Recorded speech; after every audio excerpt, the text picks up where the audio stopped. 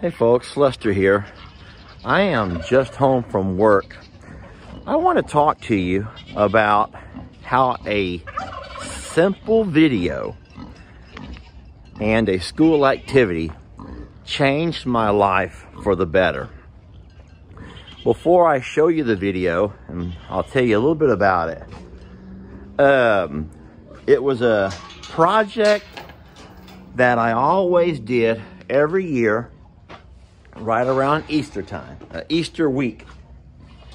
And I would give all of the students in my classroom an egg, a raw egg. And so what I would tell my class they had to do was to protect the egg all week long. They would go by and they would decorate it, they would give it a name, they would give it a birth certificate, and their job was to protect that egg all week long. And then come Friday, if their egg was still alive, now if they had dropped their egg anytime during the week and it had broke, then they were eliminated. They had to, literally, they had to bury their egg. They were eliminated. Hi guys. They're not real sure about my vest. And so they were eliminated.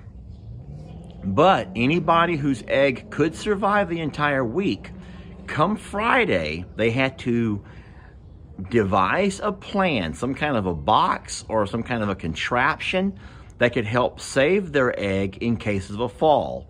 And we did. We would get a 10-foot ladder and we would have them put their egg into their created device, their contraption, and we would take that egg up on to the top of that ladder and I would toss it off. So that would be kind of the egg drop.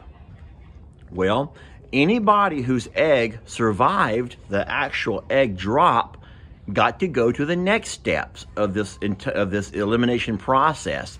And that next step was to see who was able to compete in an egg toss. So they would find a neighbor and they would have to toss their eggs back and forth with that neighbor without dropping and breaking it.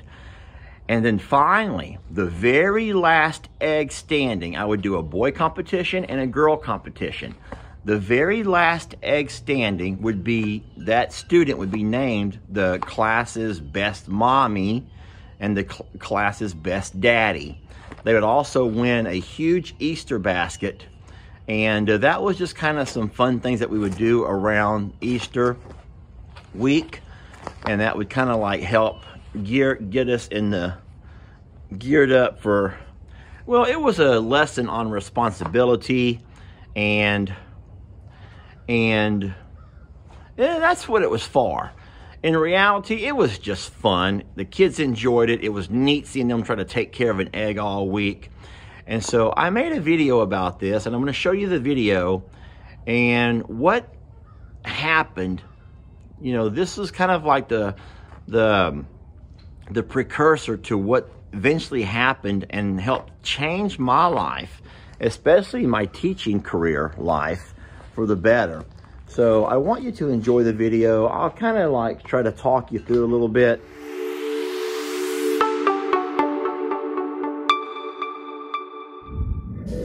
Can't live a day without you, baby. Oh no, if you're not here, I don't know what I'm living for. All right, now at this point they have to decorate their eggs, but also they have to try to find a way to build a contraption to keep their eggs safe all week. Now you have to remember, if at any point during the week they drop and break that egg, then they become spectators. Their game for the week is done.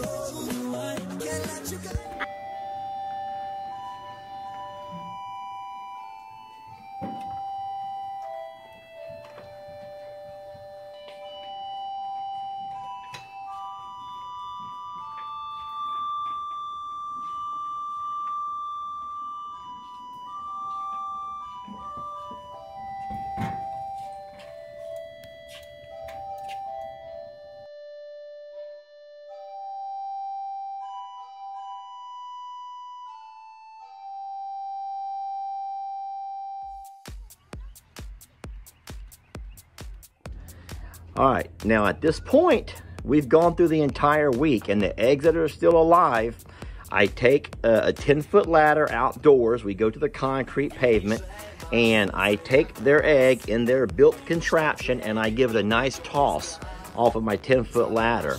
We're still trying to narrow down who is the world's or the class's best mom and dad. And a part of being that great mom and dad is finding a way to protect that egg or that baby at all costs.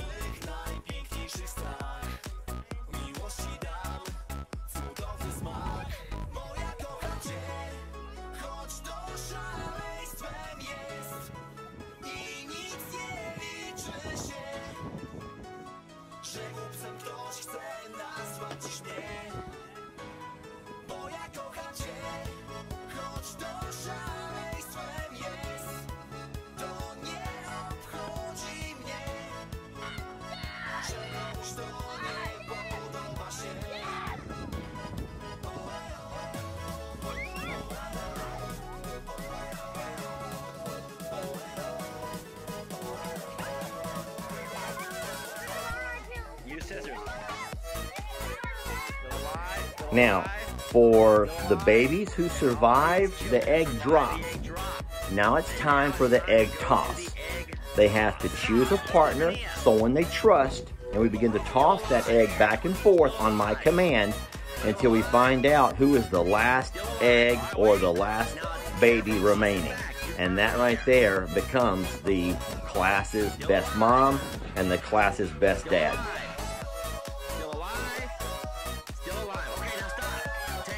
Step back, you guys. One big step. There we go. All right, Stephanie? Go ahead. That was a close call. Seeing Natalie win for the girls was not that big of a deal because there's always kids in your class who win everything. And Natalie, a young lady, a 4th grade young lady, she was one of them who always wins everything. But the big surprise of the day, the miracle, if you will, is what happens with the boys, with my little Edgar. That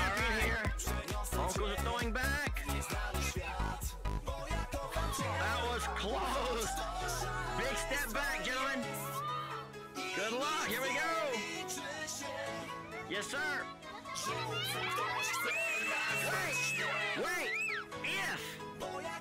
If you catch it, you're the champion. Wait. If you drop it, you have to have a tiebreaker. Edgar, you have to throw it good. Uncle, you have to catch it. Here we go.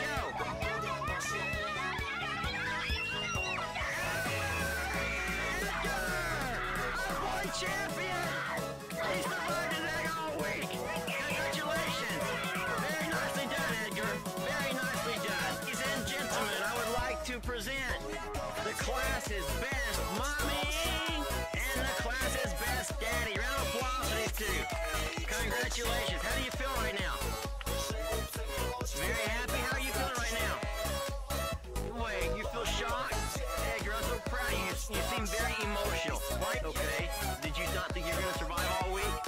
First of all, his egg survived all week. It survived the egg drop on the 10-foot ladder, and then it survived an egg toss. Edgar and Natalie, congratulations. You are the 2014-2015 class champions.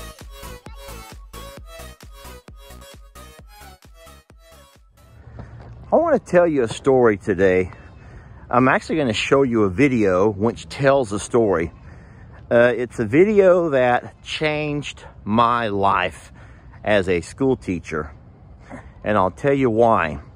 Because what it shows is what I would think, well, I know was considered one of my greatest strengths as a teacher, was building relationships and helping to build a community there in my classroom. And this story, the focus is going to be on a little guy named Edgar. You'll see Edgar in the video. He'll be the kid who wins our Easter egg contest. And I want you to know a couple of things about Edgar. He's autistic, and so he is on the spectrum. He was a kid who wasn't really very popular. He struggled making friends. A lot of that was because kids are normally mean to those who have special needs.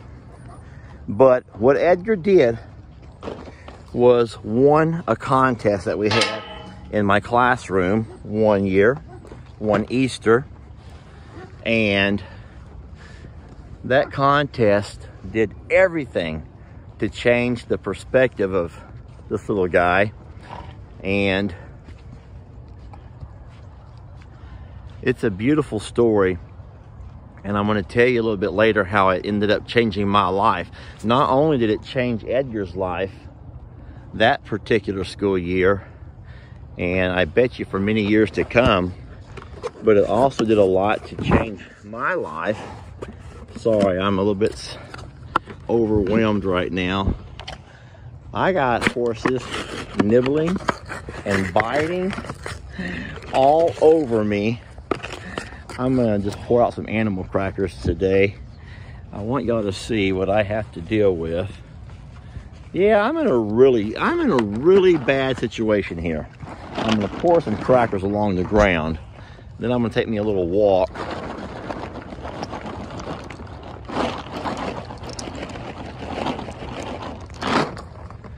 So what you probably don't know is that my school district had this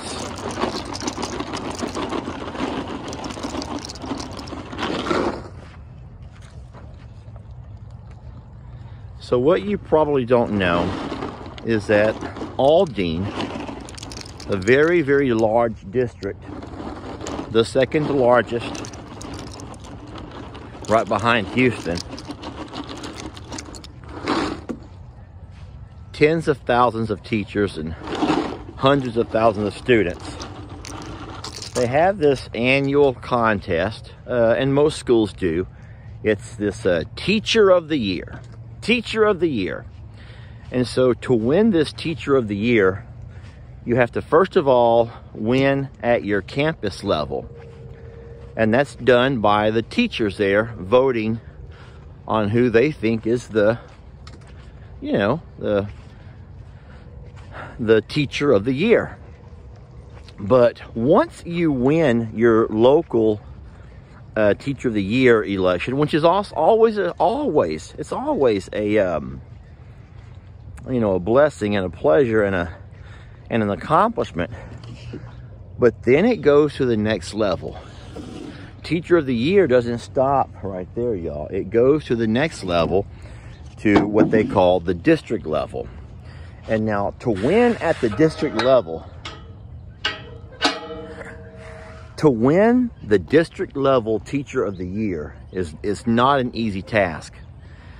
What happens is they take all of the individual campus winners, and there were hundreds of campuses, obviously, and then they go through sort of an elimination process. You'd fill out some paperwork, get some letters of recommendation. You do a whole lot of essays as far as your philosophy and different things about you, and they narrow it down to the top 3. Whew!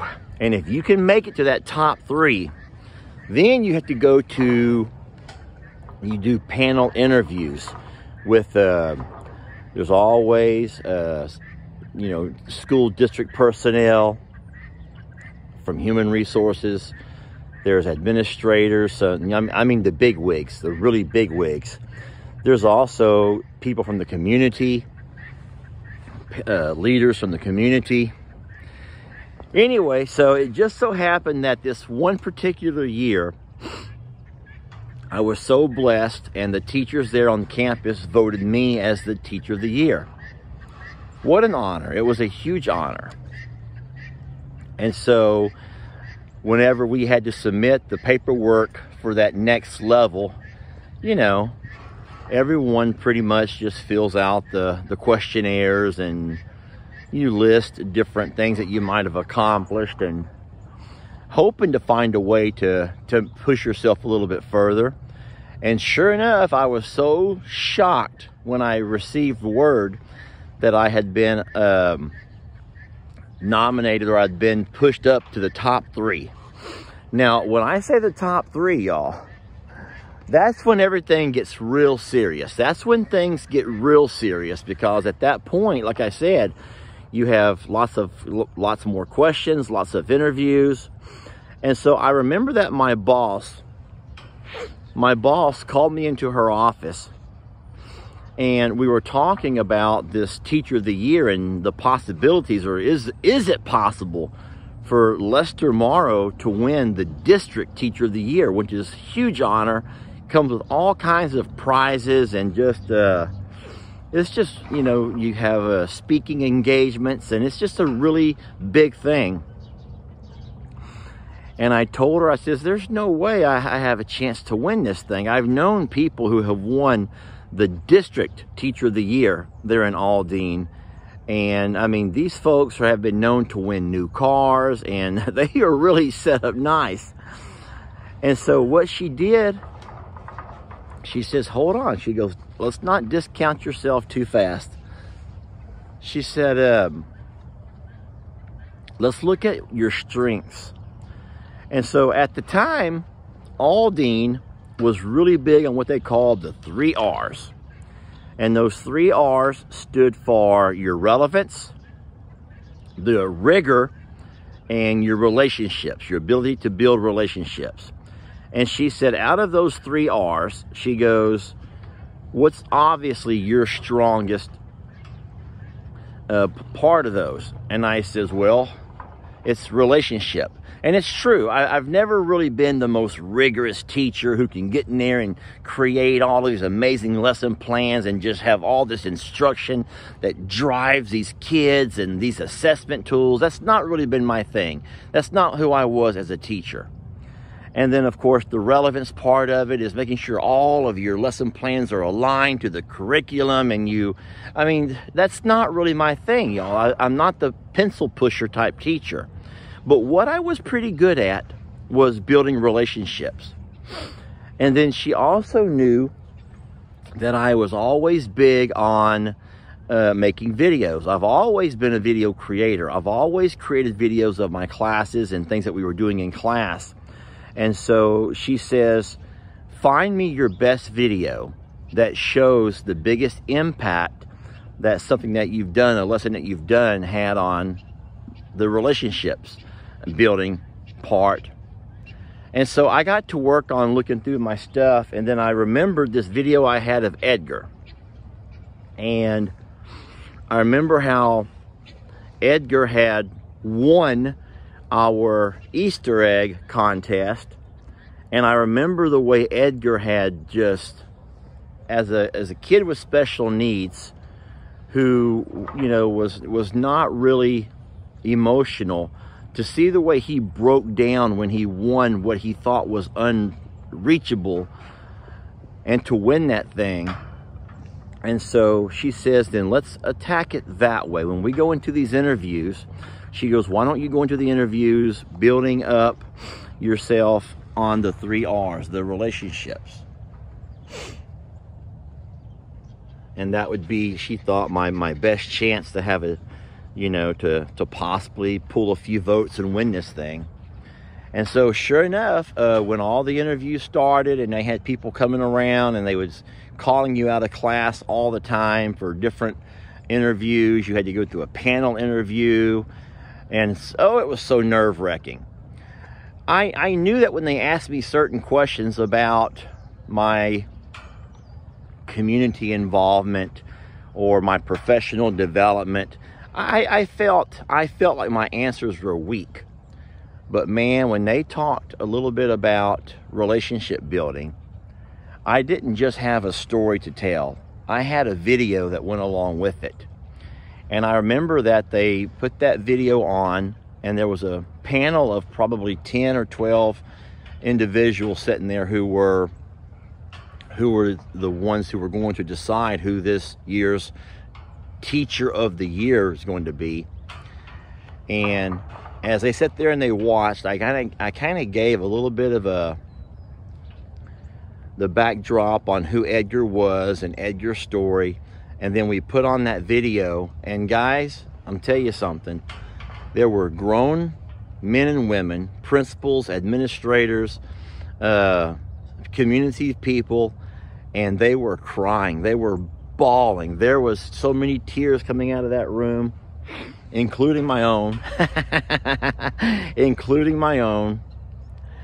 And it just so happened that a couple of weeks later, sitting in this big ballroom where they were going to announce the winner of the 2017, I think it was, Teacher of the Year for all of Aldine.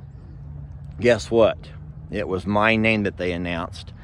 And oh, what a moment. What a moment, guys. I was given an award of $5,000.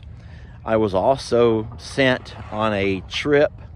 I forgot how many days. I got to go to Jamaica to stay at a Sandals resort in Jamaica, all paid for from the school. It was all part of the stuff. United Airlines flew me and a guest first class. It was a first class air flight to Jamaica, to the resort, there and back. And so, man, I have never in my life received such a huge honor. But you know what's crazy about it is that never would have happened if two things hadn't been true to Lester. Number one, the part of me as a video creator. The part of me being a video creator. If I was the kind of guy that would take an occasional picture here and there, or just sit, you know, watch things out of my own eyes and not really record and document them, that would have never happened. Because it's one thing for me to tell the story of Edgar. It's something else for these teachers and community people to actually see with their own eyes the emotions and to feel it. And then number two, if I hadn't been the kind of guy that likes to develop relationships. And so those things have never changed with me. I think that I'll take those to my grave. It's a part of who I am. It's a part of who I'm very proud of. Well, I'm Lester Morrow.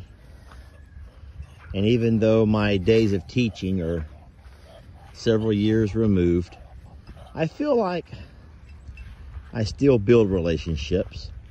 I know that I do it small scale from the kids I drive to school back and forth on my school bus. And then I think that I do it on a much larger scale with the community that we've built here on social media, with the 1.7 million on Facebook, and of course a couple of 100,000 on YouTube. And I hope that in those relationships, I hope that you've been built up. You've also found your inner Edgar. Your inner Edgar. I hope you can also find a reason to laugh and to be joyous, an occasional tear. And in that, I am very happy and very content, very fulfilled. And I'm very grateful. And so I thank you guys for supporting and loving me and accepting me for all of my flaws. And thank you all for being a part of my journey. And if I don't say it enough, then I love you.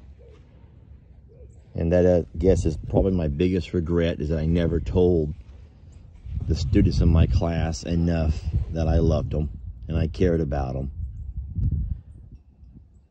And so I'm telling you.